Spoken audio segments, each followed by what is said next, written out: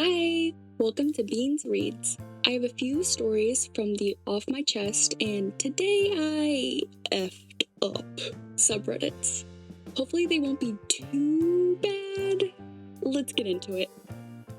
This first one is from the r/Off My Chest subreddit by OKLobster6319. My fiance and I are having the biggest argument of our lives. He thinks I'm being tacky, but I think she's overreacting.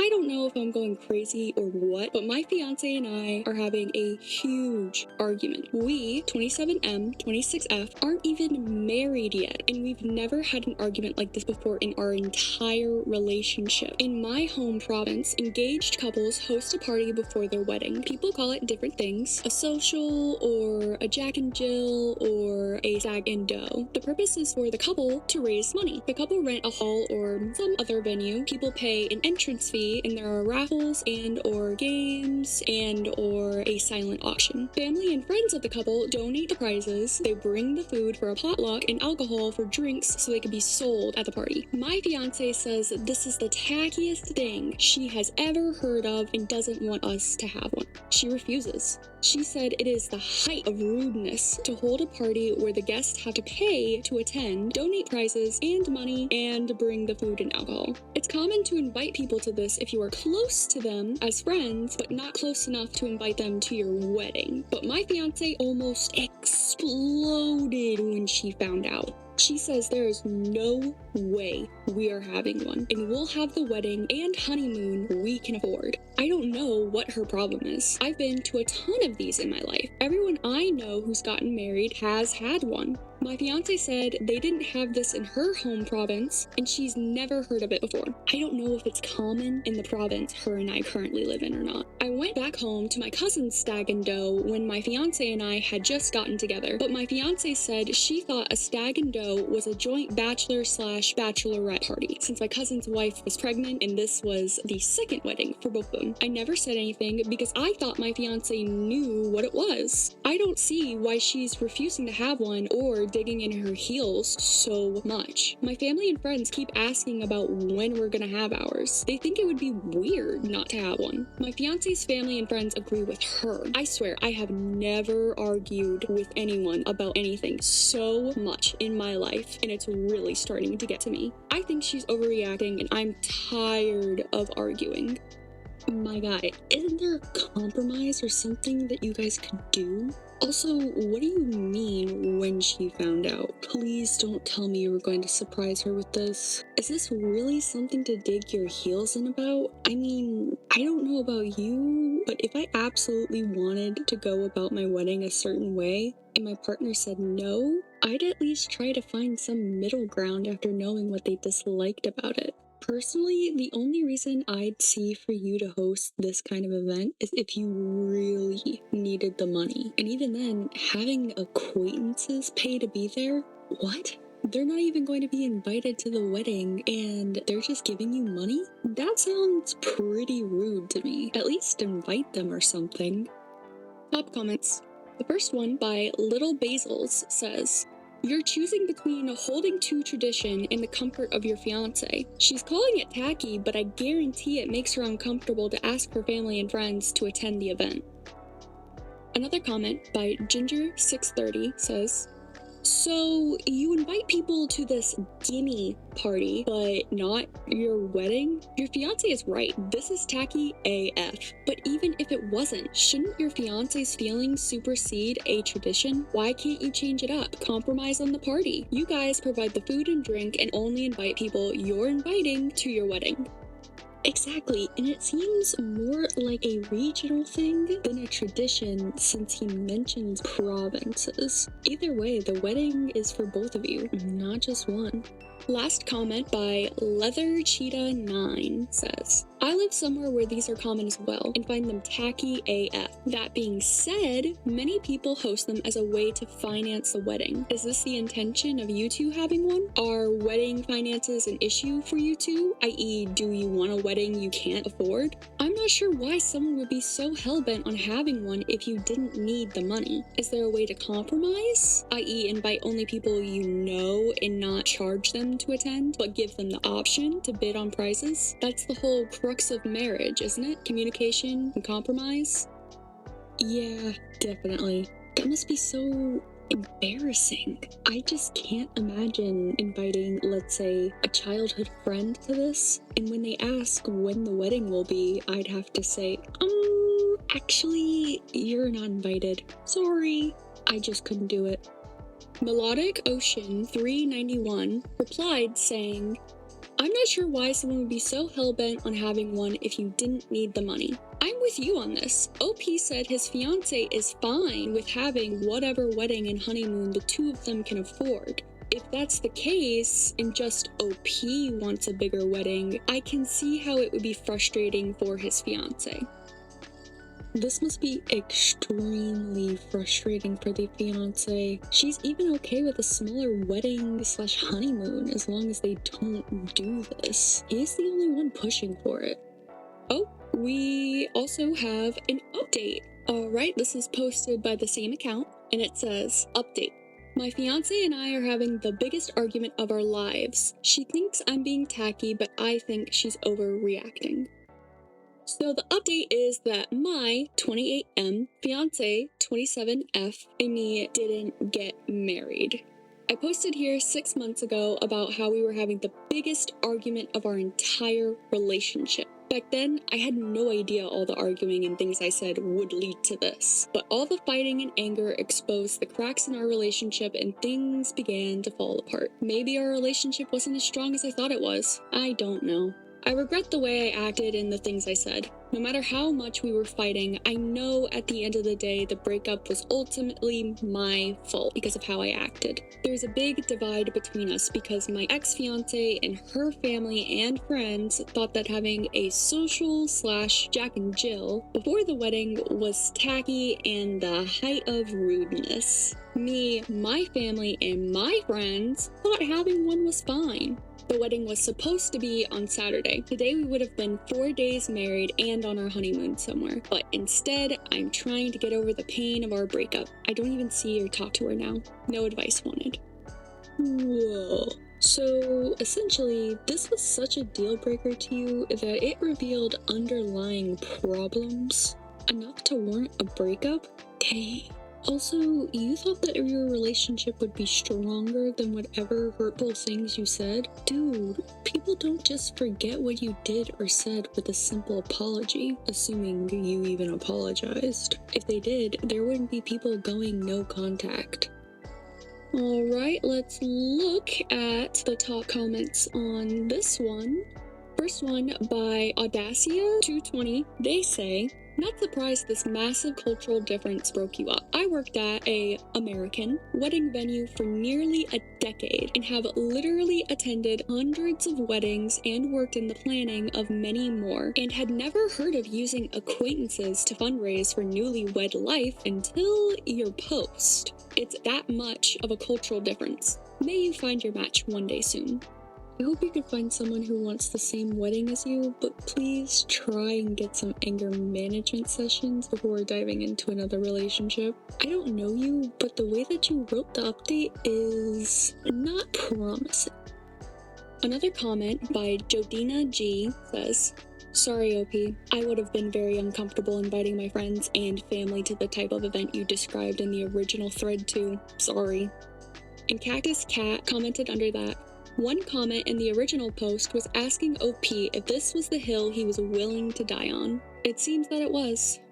Final comment by Throw Far Away 212718 says, 100% team ex-fiance. What you were asking of her was extremely tacky, and she made it abundantly clear that she wasn't comfortable. That should have been the end of the conversation. You made a conscious decision to disrespect the feelings of a woman who was meant to be your wife. That hill was the one you chose to die on, and now it's time for the funeral. You brought this one on yourself.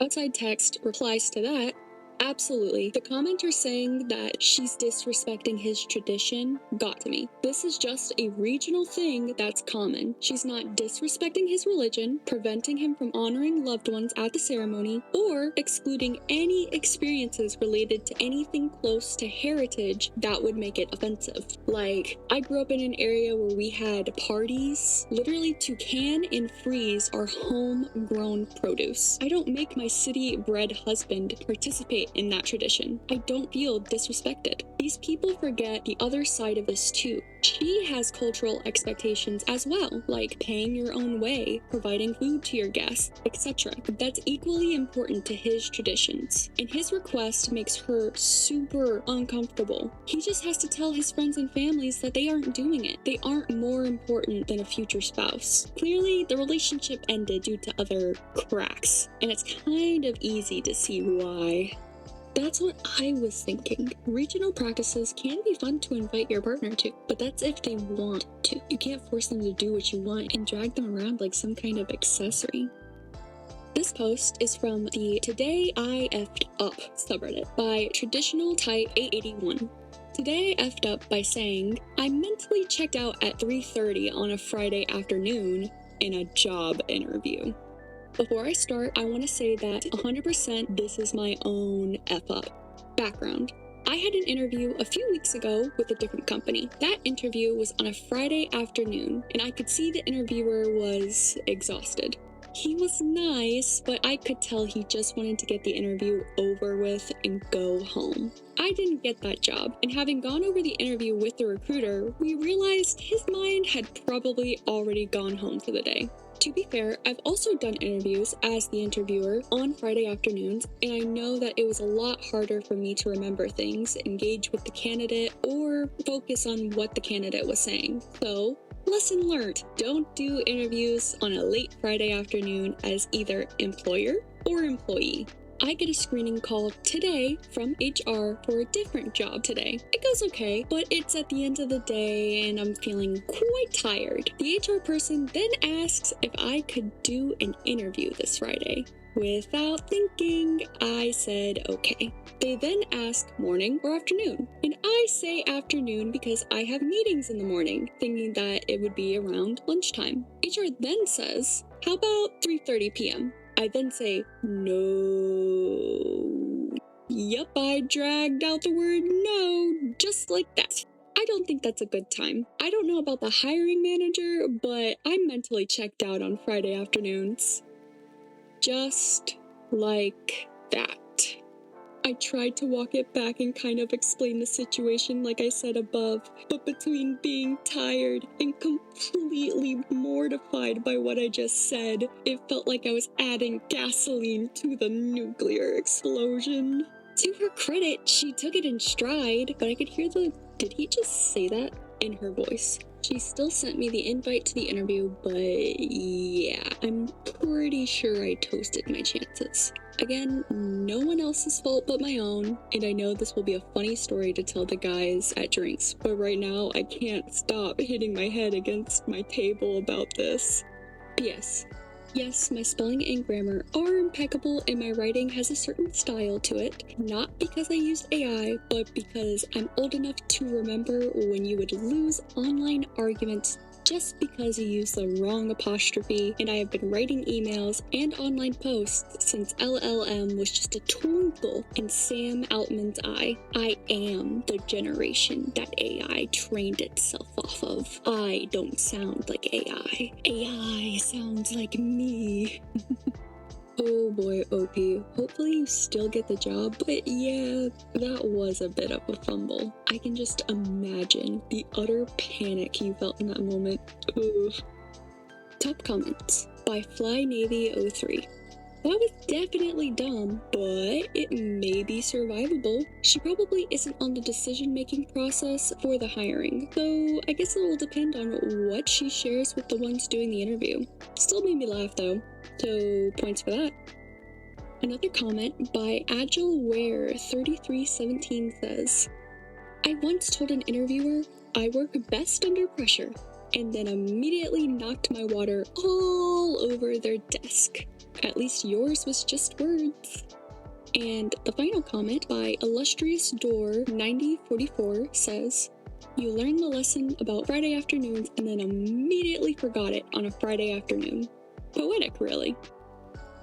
In OP's defense, they did think that the interview would happen around lunch and definitely just spoke their inner thoughts thinking about the interview time. This post is from the r/True Off My Chest subreddit by Busy Detective 6667. "My best friend of 15 plus years is throwing a tantrum because I won't chauffeur her to my own wedding."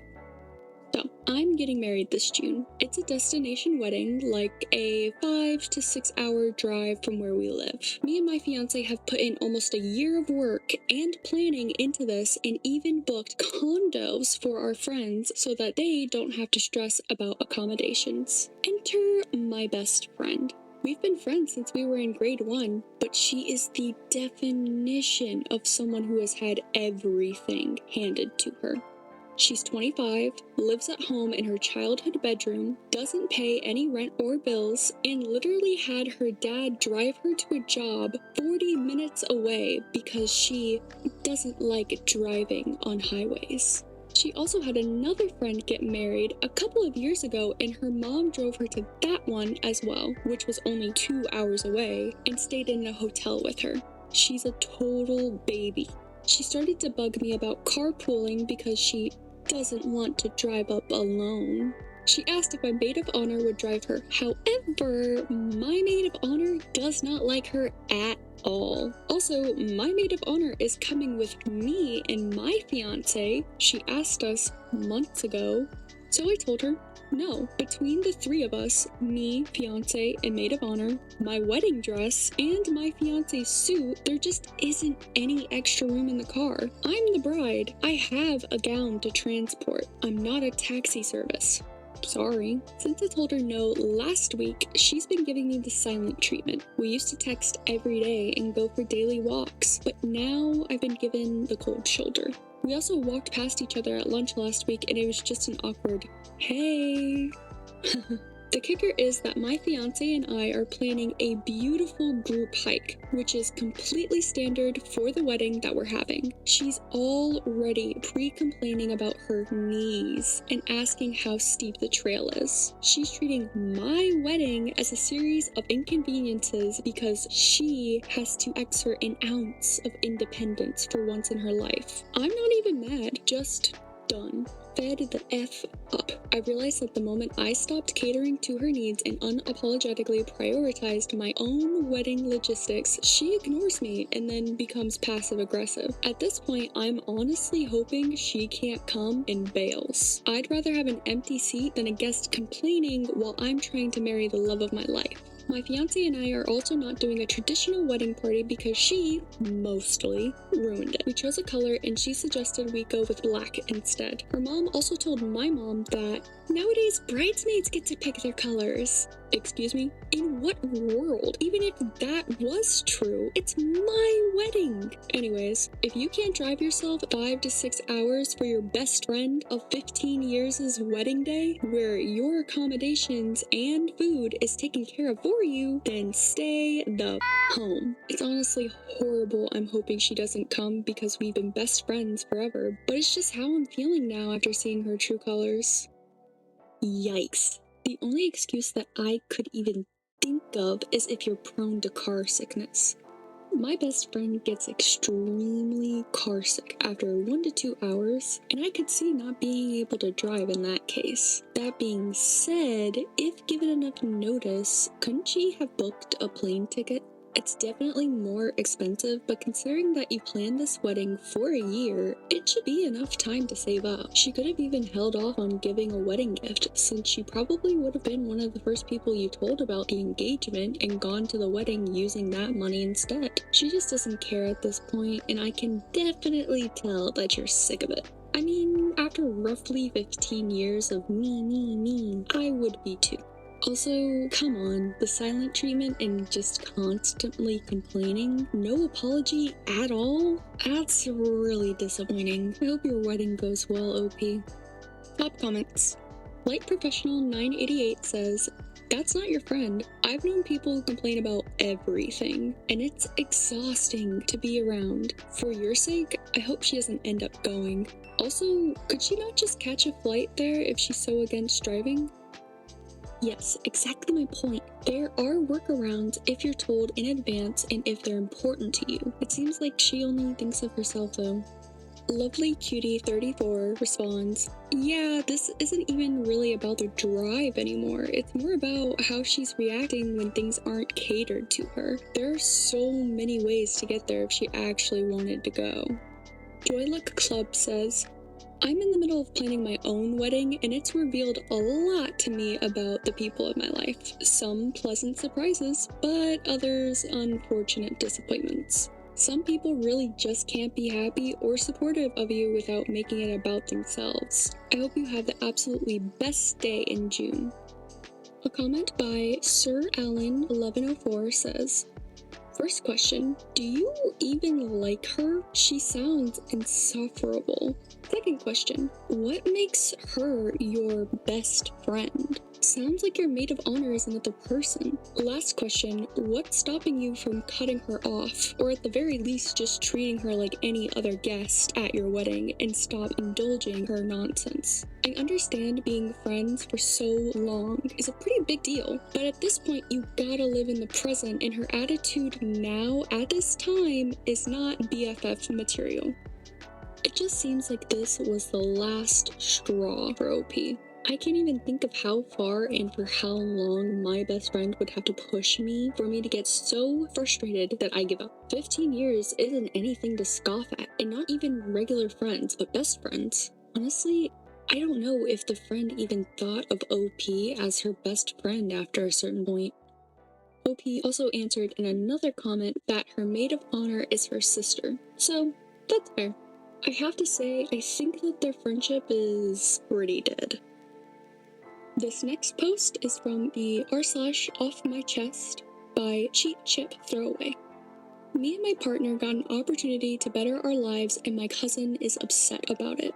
So me, 24F, and my partner, 23M, have been homeless with my cousin, NB, 27, and their partner, NB, 29. NB stands for non-binary, by the way. And living in a motel for the past month and a half with the help from my partner's friends. We had all been previously living together for almost a year at that point. For the most part, everything was amicable. We had our arguments from time to time, but at some point, things really started to go awry. Due to some unfortunate happenings, my partner and I had lost our jobs, and we all eventually had to leave the apartment we were living in. Thanks to a good friend of my partner, we were able to get a motel for a month while we tried to pull ourselves together. I managed to land an interview and get a job. My cousin would complain constantly about how they were worried that their partner would punch their own ticket if they were on the streets, as we've all been homeless at least once before, and would constantly have me shoulder the emotional issues while having my partner deal with finding money for us to stay in a motel. Well, recently someone from my partner's extended family offered to house us, me and my partner specifically, and allow us to get back on our feet. We tried asking them to pay for at least one night of the hotel since they had gotten at least enough for one night, but they refused. By the way, they were talking about their cousin in this sentence. And so me and my partner packed our stuff and we left. Now, my cousin is blowing up on Facebook and in my DMs about how we were actually the issue and that it's actually all your guys' fault, saying things such as, "You guys spent $3K on dumb stuff," when it actually went towards things like hygiene products for everyone, loofahs, body wash, etc., coffee filters, and a cheap coffee maker from Goodwill, and money for them to DoorDash things when they could literally walk 10 to 15-ish minutes to the Walmart down the road. Neither me or my partner could handle their entitlement and incompetence anymore, so we left. And now we're in the wrong. But I can't help but feel so vindicated for our actions. They just proved to me that this was the right decision. They never thanked us for the help, and now that we left, they're having a temper tantrum about it. At first, I felt a little guilty about leaving them, but after they both crashed out about the whole thing, don't get me wrong, I'd also be if someone I was living with just up and left. I genuinely don't feel guilty about this situation in the slightest. They say that my partner's friends were rich and that they did the majority of the work but refuses to acknowledge their own screw-ups, instead putting all the blame on us. I'm genuinely so glad we left. And honestly, I'm not gonna look back. Okay, so firstly, let me just congratulate you on your job. I'm so glad that you and your partner are moving forward and that his extended family are helping you out too. Now, on to your cousin. I'm not sure where to start. How on earth can their homelessness be your fault? While coffee and DoorDash aren't necessary, it's not like it was solely for yourself and your partner, especially the DoorDash. You said that the DoorDash was for them. You are the one who got a job, which is hard in our economy, and are just working toward the betterment of your own life. They should be cheering you on. I understand being a bit jealous, but certainly not blaming you for their own issues and throwing tantrums. Top comments. Sapillo says, "Congratulations on the job. I would go low contact with the cousins, focus on your new start." OP replies, "Oh yeah, no, they're throwing a huge tantrum, so we just blocked them everywhere, LMAO. But thank you, I'm excited to start." Another comment by Ginger630 says, "I'm glad you got a job and an opportunity to better your lives. Your cousin sucks. Leave them behind." OP replies, "Yeah, they're currently throwing a fit on Facebook. I blocked them, but my little sibling keeps giving me updates and it's just kind of funny to me at this point." Pups of War 69 says, "It sounds like you were their support network and now their support network is gone. So I guess I could probably understand the anger or possibly feeling a betrayal, but it's still not right.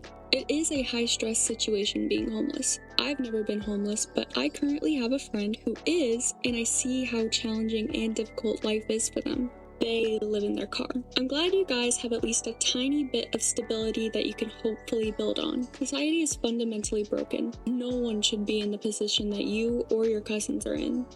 Definitely. Being on edge when you're just trying to survive is understandable, but lashing out like that is unacceptable. I'm glad that OP is keeping that hateful stuff away and focusing on their own life. No one should ever be forced into homelessness, and it is extraordinarily hard to get out of.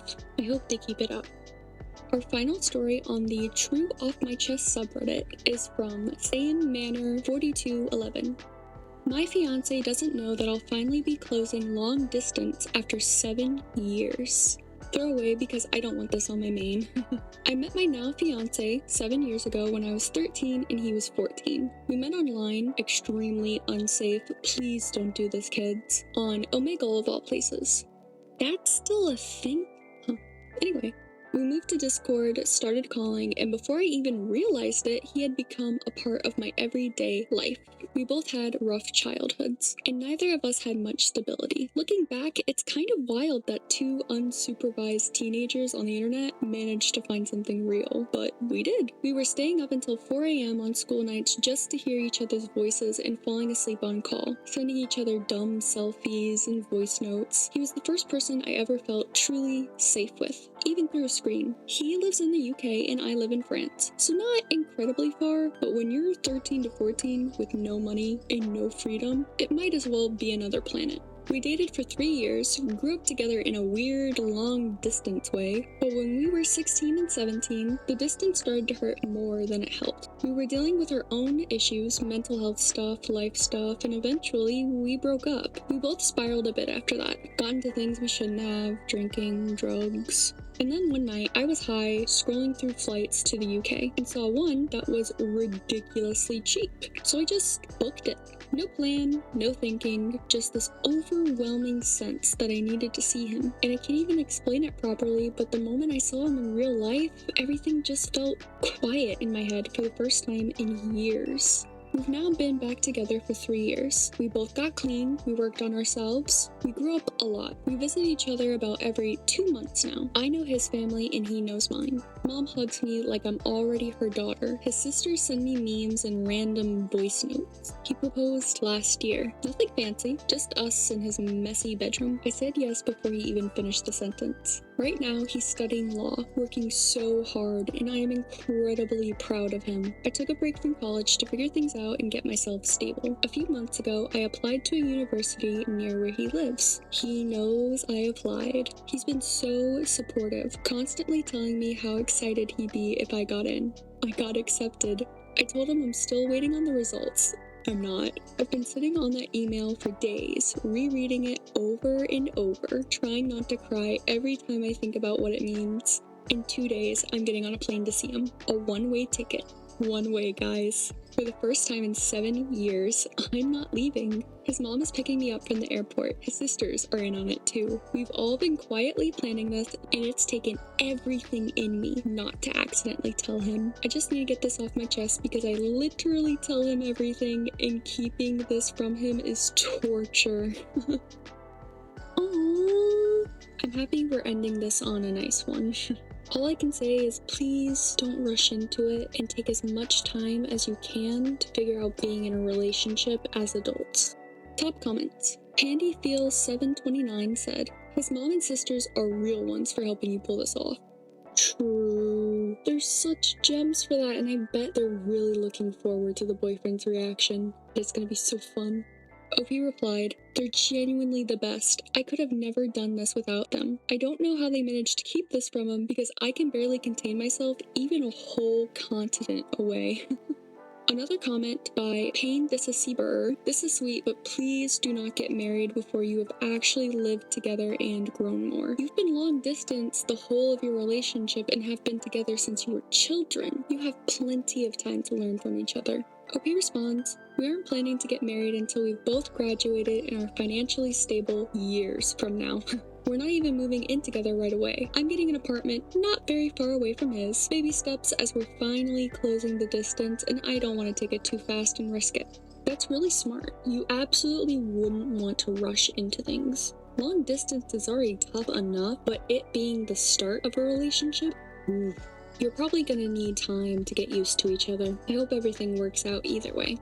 Also, there is a comment about this being AI, however, remember that the poster's first language is French, and also they clear up that this account is a throwaway, and also that they sent the post originally to their English-speaking friends. They mentioned that they use Google Translate along with another website to check Google Translate, so that way that their post makes sense in English. It's the end! I hope you guys enjoyed the video, and leave a comment down below if you think there's anything that I might have missed. As usual, I'm trying to think of different perspectives, but sometimes it just doesn't click. Anyways, I hope you all have a great day and a good night. Beans out. Bye!